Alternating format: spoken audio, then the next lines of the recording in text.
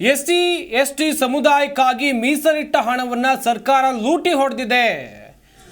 ಹಾಗೇನೆ ಸುಳ್ಳು ಭರವಸೆ ಕೊಟ್ಟು ಕಾಂಗ್ರೆಸ್ ಆಡಳಿತಕ್ಕೆ ಬಂದಿದ್ದಾರೆ. ಸರ್ಕಾರದ ವಿರುದ್ಧ ನಿಖಿಲ್ ಕುಮಾರಸ್ವಾಮಿ ವಾಗ್ದಾಳಿಯನ್ನು ನಡೆಸಿದ್ದಾರೆ. ವರ್ಗಾವಣೆ ದಂಧೆಗೆ ಪಿಎಸ್ಐ ಪರಶುರಾಮ್ ಸಾವಿಗೀಡಾಗಿದ್ದಾರೆ. ನೈತಿಕತೆ ಇದ್ರೆ ಮುಖ್ಯಮಂತ್ರಿ ಸಿದ್ದರಾಮಯ್ಯ ಅವರು ರಾಜೀನಾಮೆಯನ್ನ ಕೊಡ್ಲಿ ಅಂತ ಹೇಳಿ ನಿಖಿಲ್ ಕುಮಾರಸ್ವಾಮಿ ವಾಗ್ದಾಳಿಯನ್ನು ನಡೆಸಿದ್ದಾರೆ. ಎಸ್ಸಿ ಎಸ್ಟಿ ಜನರಿಗೆ ಮೀಸಲಿಟ್ಟ ಹಣ ಕಾಂಗ್ರೆಸ್ನಿಂದ ಲೂಟಿ ಆಗಿದೆ. ಸುಳ್ಳು ಭರವಸೆಯನ್ನ ಕೊಟ್ಟು ಕಾಂಗ್ರೆಸ್ನ ನಾಯಕರು ಅಧಿಕಾರಕ್ಕೆ ಬಂದಿದ್ದಾರೆ.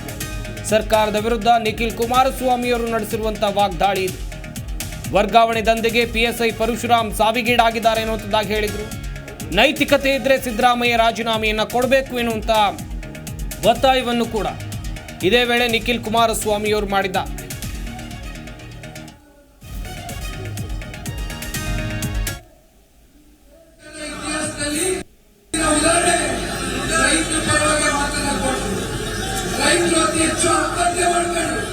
ಇದೇ ಕಾಂಗ್ರೆಸ್ನ ಸರ್ಕಾರ ಆಡಳಿತದಲ್ಲಿತ್ತು.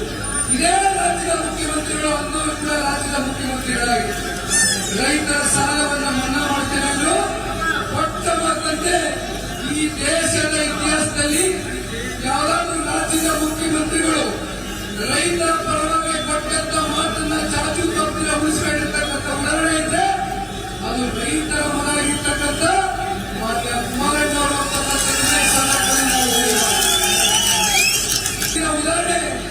ರೈತರ ಪರವಾಗಿ ಮಾತನ್ನ ಕೊಟ್ಟು ರೈತರು ಅತಿ ಹೆಚ್ಚು ಆತ್ಮಹತ್ಯೆ ಮಾಡಿಕೊಂಡು ಇದೇ ಕಾಂಗ್ರೆಸ್ನ ಸರ್ಕಾರ ಆಡಳಿತದಲ್ಲಿತ್ತು. ಇದೇ ರಾಜ್ಯದ ಮುಖ್ಯಮಂತ್ರಿಗಳು ರಾಜ್ಯದ ಮುಖ್ಯಮಂತ್ರಿಗಳಾಗಿ ರೈತರ ಸಾಲವನ್ನು ಮನ್ನಾ ಮಾಡ್ತೇನೆಂದು ಕೊಟ್ಟ ಮಾತಂತೆ ಈ ದೇಶದ ಇತಿಹಾಸದಲ್ಲಿ ಯಾವ್ದಾದ್ರು ರಾಜ್ಯದ ಮುಖ್ಯಮಂತ್ರಿಗಳು ರೈತರ ಪರವಾಗಿ ಕೊಟ್ಟಂತ ಮಾತನ್ನ ಚಾಚು ತಪ್ಪಿನ ಉಳಿಸಿಕೊಂಡಿರ್ತಕ್ಕಂಥ ಉದಾಹರಣೆ ಇದ್ರೆ ಅದು ರೈತರ ಮನಾಗಿರ್ತಕ್ಕಂಥ ಕುಮಾರಣ್ಣವರು ಉದಾಹರಣೆ. ರೈತರ ಪರವಾಗಿ ಮಾತನ್ನ ಕೊಟ್ಟು ರೈತರು ಅತಿ ಹೆಚ್ಚು ಆತ್ಮಹತ್ಯೆ ಮಾಡಿಕೊಂಡು ಇದೇ ಕಾಂಗ್ರೆಸ್ನ ಸರ್ಕಾರ ಆಡಳಿತದಲ್ಲಿತ್ತು. ಇದೇ ರಾಜ್ಯದ ಮುಖ್ಯಮಂತ್ರಿಗಳು ರಾಜ್ಯದ ಮುಖ್ಯಮಂತ್ರಿಗಳಾಗಿ ಜಿ ಕನ್ನಡ ನ್ಯೂಸ್ ಈಗ ನಿಮ್ಮ ಮನೆಯಲ್ಲೇ ನೋಡಿ. ಎಲ್ಲ ಕೇಬಲ್ಗಳಲ್ಲಿ ಈಗ ಲಭ್ಯ.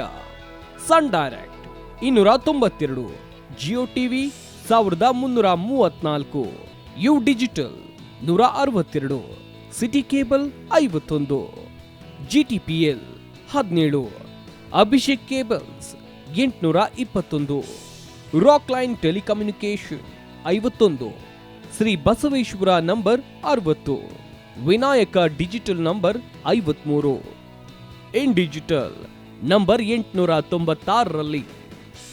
ನಿಮ್ಮಿಸ್ತದ ಜಿ ಕನ್ನಡ ನ್ಯೂಸ್ ನೋಡಿ ಆನಂದಿಸಿ.